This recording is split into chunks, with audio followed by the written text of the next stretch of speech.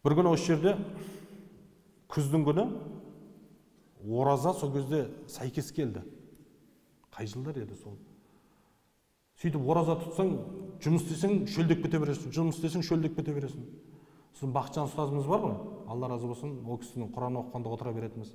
Сол ұстаз айтады, бағана дейді, мен біраз жұмыс істедім, қатты шөлдеп кетіп едім. Ай, қиналып қаламын деп, Құдайдан, Аллахым жәрдем бер деп, демде шөлім қанып қалды дейді да. Сосын ой келді маған, неге осылай мен неге сұрамасқа деп. Қараңыз, сахабалар аяқ киімінің бауы жоқ болса, таппай жатса Құдай тағаланы сұрайды екен да. Ол Аллах тағаланы зікір ету болып есептелінеді екен. Әрбір ручкаңды таппай қалдың ба, Алла маған қаламды тауып бер, Алла маған дәптерімді тауып бер деген, ол тасбих болып есептелінеді екен. Қараңыз. Сонда айтпағым не нәрсе?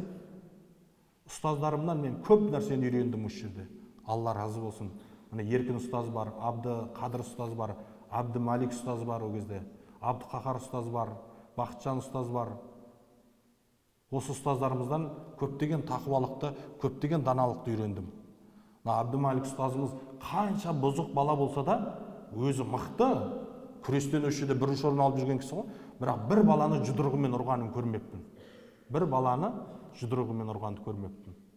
Біз өзіміз кейде медреседе шыны керек қойып қаламыз ғой. Ол кісі сондай деп барып тәрбиелеп тастайтын. Айтпағым не нәрсе? Ұстаздың батасын алған адам бұл екі дүниеде бақытты болады екен.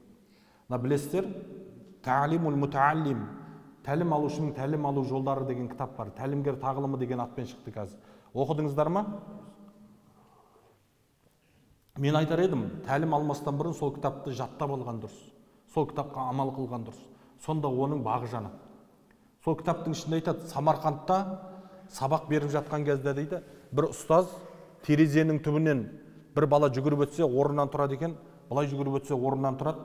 Сөйтіп, не үшін тұратынын шәкірттер сұрайды ғой, ұстаз не үшін тұрып жатырсыз десе, жаңағы ұстаз айтқан екен, мен неге орнымнан тұрмасқа, мына терезенің түбінен менің ұстазымның баласы өтті ғой деген екен.